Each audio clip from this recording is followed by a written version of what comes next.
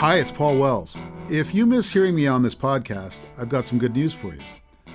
Over the summer, I'm going to share a couple of excerpts with you from my audiobook, read by me. The book is called Justin Trudeau on the Ropes. It's an essay about how Trudeau has reacted to a volatile world and shaped the country over his 8 years in power.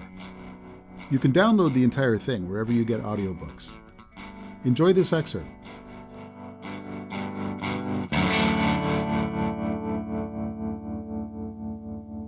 In March 2012, Justin Trudeau was 41, a freshly re-elected member of Parliament for a third-place party in the depths of despair. He was tall and confident, with piercing eyes, a magical family name, and too much time on his hands. With 34 MPs and a dwindling cohort of senators, the Liberal Parliamentary Caucus, recently shattered by the worst of 3 consecutive defeats at the hands of Stephen Harper's Conservatives, was the smallest it had been in Canada's history. Surely at this moment the Liberals needed their best talent in crucial roles. Yet the party's interim leader, Bob Rae, had appointed Trudeau his critic for youth, post-secondary education, and amateur sport. Since Parliament never debates youth, post-secondary education, or amateur sport, on most sitting days, Trudeau's attendance was strictly optional. Mostly he wandered the country giving motivational speeches and fundraising. Sometimes he'd do a charity event. At the 2010 What a Girl Wants fundraiser for the Canadian Liver Foundation at the Chateau Laurier Hotel, Trudeau executed a saucy faux striptease. The tie was the only thing to come off. And somebody paid $1,600 for his company at lunch. That March, the Ottawa Regional Cancer Foundation had organized an event called Fight for the Cure, at which people from the professional classes would sell tickets and box with one another awkwardly. It took Trudeau weeks to find a Conservative who would face him. Finally, a beefy, Conservative-appointed senator named Patrick Brazeau answered the call.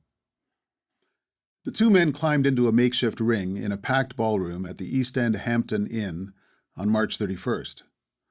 The whole thing, ridiculously, inevitably, was broadcast live on national television.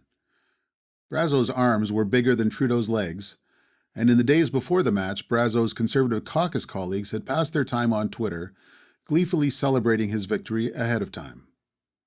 In the event, it took Trudeau about 7 minutes to pummel Brazeau so nearly senseless that the referee stopped the fight. 5 weeks later, Trudeau's photo was on the cover of Maclean's, illustrating an article that said, "Look, maybe this guy should be the next leader of what had been, until Harper, the winningest political party in Western civilization." 49 weeks after that, by God, he was.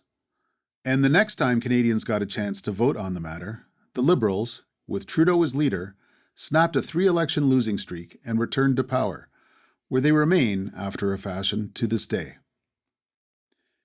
This path to power isn't open to people of normal upbringing.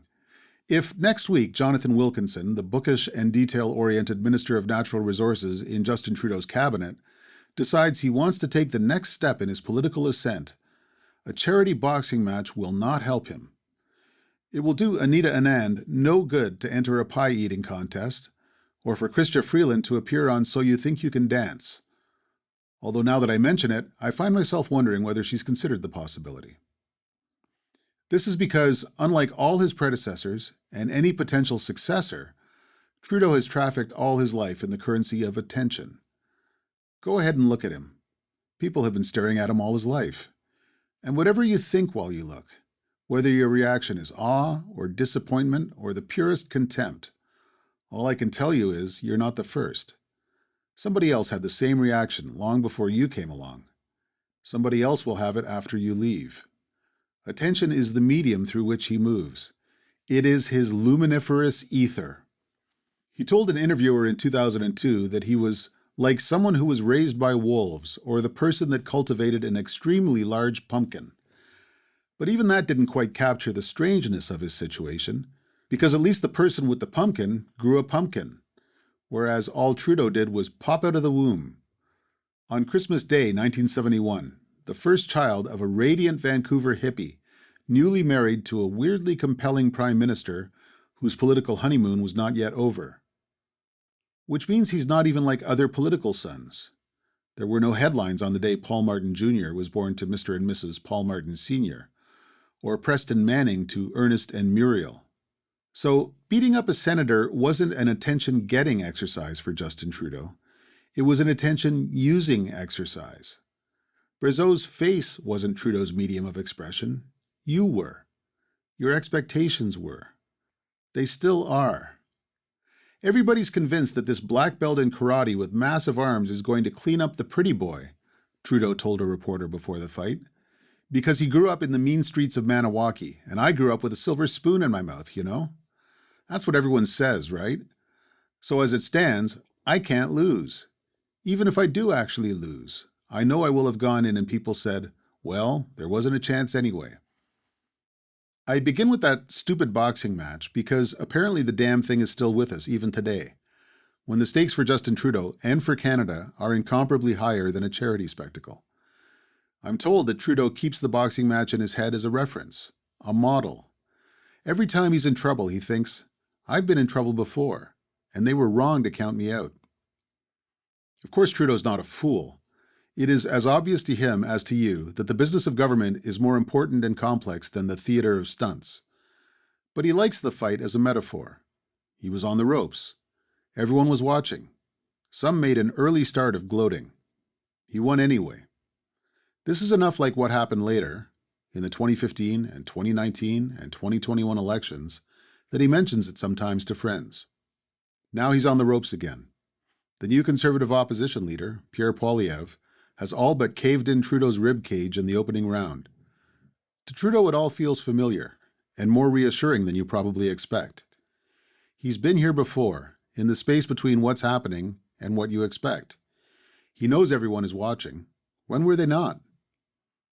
At the end of 2023, Trudeau met an annual appointment and gave a year-end interview to one of his oldest friends, the otherwise retired talk radio host Terry DeMonte. When Pierre Elliott Trudeau died in 2000, Justin Trudeau hid from the crowds and the grief in Terry DeMonte's house. Now Trudeau said, you know me well enough. You know what I believe. Do you actually think I could walk away from this fight right now? Again, Trudeau's no fool. He knows winners eventually lose, and a sports metaphor isn't a talisman against all ills. But if he does actually lose this time, it'll still be like Fight for the Cure, because he'll know people said there wasn't a chance anyway. The image of Trudeau leaning against the ropes and taking his whacks is apt for another reason, because for all his pedigree and physical grace, the work of politics has never come easily for him. He's more intelligent than a lot of people are willing to believe, and at least as charming as you'd suspect. But he is no great public speaker or gifted debater. His judgment is often terrible. He has not surrounded himself with great talent. In fact, he's discovered a real gift for chasing talent away. He has announced massive reforms he had no intention of implementing, changed his mind, sometimes simply given up. Events have buffeted him as much as any leader. Perhaps only in the last year has he begun to age in any visible way, to betray in his features and carriage even the slightest deterioration after leading his party for a decade. But the rope-a-dope exacts its costs. Each time you pull yourself back to your feet, you're less spry, your range of future action narrower.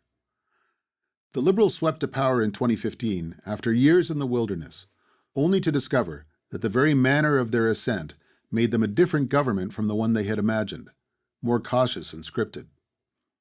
Trudeau fought back in 2019 from powerful self-inflicted blows: the Aga Khan vacation, the SNC-Lavalin affair, the revelation of his astonishing habit as a young man of compulsive blackfacing for social occasions.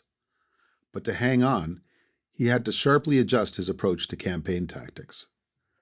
Deep social divisions that were entrenched in Canada even before the COVID-19 pandemic led Trudeau to become a more starkly polarizing figure, during and since the pandemic, than he ever wanted to be.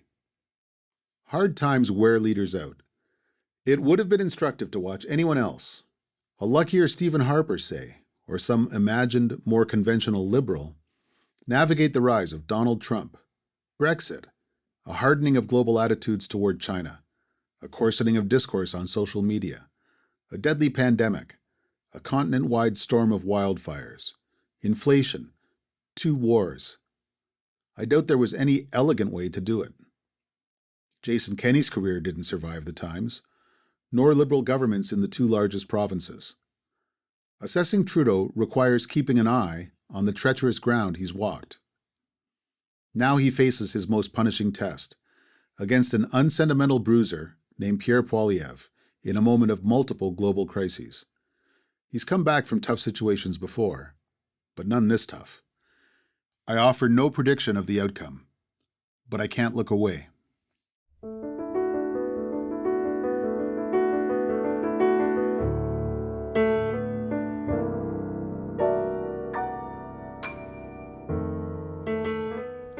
This audiobook was directed by Kevin Sexton, who's also the producer of The Paul Wells Show. Stuart Cox is executive producer for Antica Productions. This audiobook was recorded in studio at the National Arts Centre. You can get the full audiobook wherever you get your audiobooks.